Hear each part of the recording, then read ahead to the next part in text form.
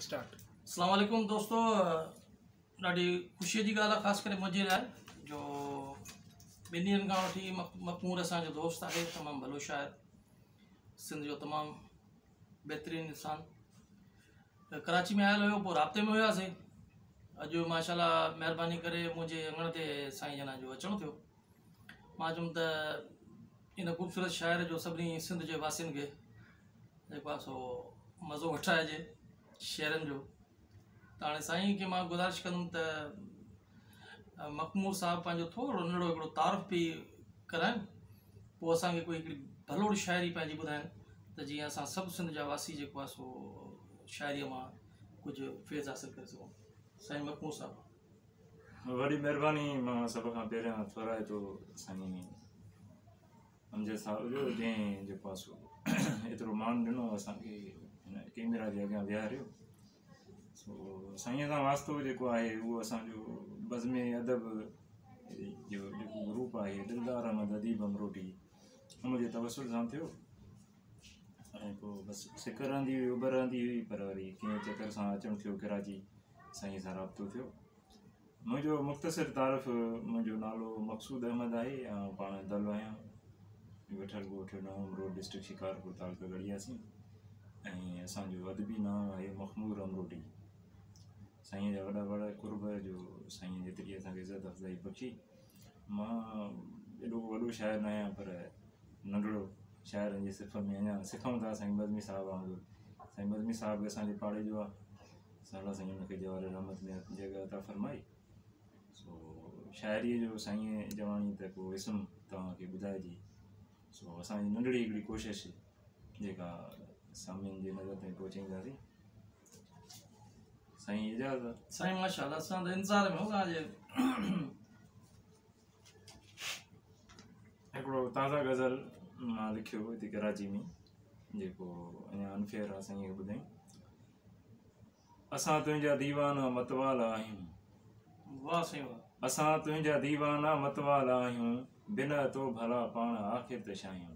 वाह वाह यार। असां तुंहिंजा दीवाना मतवाला आहियूं, बिना तो भला पाण आख़िर त छायूं। न चाहियोसीं जाना सिवा तोखां कंहिंखे, न चाहियोसीं जाना सिवा तोखां कंहिंखे, अज़ल खां अवां खे था दिलि सां चाहियूं। वाह बिना तो सिवा वाह। पाण आख़िर त छायूं। ट्रपनि दर्द था जॾहिं, ट्रपनि दर्द जॾहिं हदूं सभु लताड़े, वाह वाह। ट्रपनि दर्द जॾहिं हदूं सभु लताड़े, तॾहिं दर्द मां गीत ॻाए था ॻायूं। वाह बिना तो वाह। बिना तो भला पाण आख़िर त छायूं। लाजवाब साईं। महिरबानी। न रखंदो तूं कर अहिड़ो वर्ताव मूंसां, न रखंदो तूं कर अहिड़ो वर्ताव मूंसां, जो पंहिंजे जिगर खे जलाए जलायूं। वाह असां तुंहिंजा वाह दीवाना वाह मतवाला। वाह वाह साईं वाह वाह साईं वाह। ही गैरनि जी दुनिया गैरनि में हिकु तूं, ही गैरनि जी दुनिया गैरनि में हिकु तूं, तोखे ई था पंहिंजो सॼण यार भायूं। वाह साईं। बिना तो बिना वाह। पाण आख़िर त छायूं। आख़िरी मिसरा आहे त अचण वारी कर तूं कयूं फ़ैसिलो को, वाह अचण वारी कर तूं कयूं फ़ैसिलो को, मिली ज़िंदगीअ खे को मखमूर ठाहियूं। वाह वाह। असां तुंहिंजा दीवाना मतवाला आहियूं, वाह बिना तो ॾाढो पाण आख़िर त छायूं। वाह साईं वाह। मखमूर साहिबु मिली गॾिजी जेको आहे सो हिकिड़ो कमु करण जी जेको जदोजहद आहे। जी। अॼु ॾिसो त जंहिं हालतुनि मां असांजी पूरी सिंध गुज़रे थी पई, उन में मिली गॾिजी कमु करण ताईं मसइला हल थींदा। जीअं पाणीअ जो ॾिसो था त केॾो बहिरान आहे सॼी सिंध में, पर हूअं सॼी पाकिस्तान में बहिरान आहे सॼी। ऐं अलाह साईं पंहिंजे रहमत पंहिंजे आसमाननि मां वरसाए, जंहिंजे करे असांजी सिंध जेको आहे सो कुझु न कुझु त ठोठ ठोठ थियण खां ऐं जानवर मरण खां जेको आहे सो बची सघनि।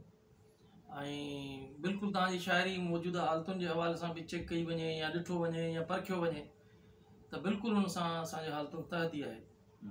त असां जेसिताईं हिक ॿिए सां गॾिजी न हलंदासीं, हिक ॿिए सां गॾिजी कमु न कंदासीं, हिकु जुदा जुदा थी रहंदासीं, धारियुनि वारी कार रहंदासीं, त कॾहिं कुझु कोन थी सघंदो। अचो त सभु गॾिजी फ़ैसिलो कयूं ऐं गॾिजी रहण जो ई फ़ैसिलो कयूं असां। इहो मखमूर साहिब जो सॼो तत्व हुयो पंहिंजी हिन शाइरीअ जो।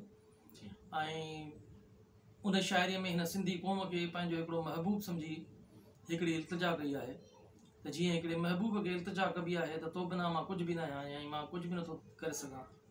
बिल्कुलु हिन सिंधी क़ौम खे हिकिड़ी इल्तिजा कई आहे ऐं सॼी क़ौम खे उन महबूब सम्झी उन सां मुखातिब थियो आहे। हिकिड़ी नओं अंदाज़ आहे।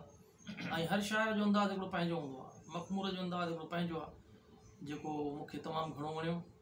ऐं मूंखे उमेदु आहे त सिंध जा जेके बि असांजा बाशऊर तबको आहे उनखे उन लेवल जो दाद ॾींदा ऐं कमेंट्स ॾींदा ताकी मखमूर साहब जी जेका इहो पोरियो आहे या हर शाइर जो जेको पोरियो आहे उनखे उहा साबिया मिली सघे या सफलता मिली सघे। तव्हांजी वॾी महिरबानी। तव्हांजो पंहिंजो अमजद दुरानी, वॾी महिरबानी तव्हांजी। अस्सलाम वालेकुम।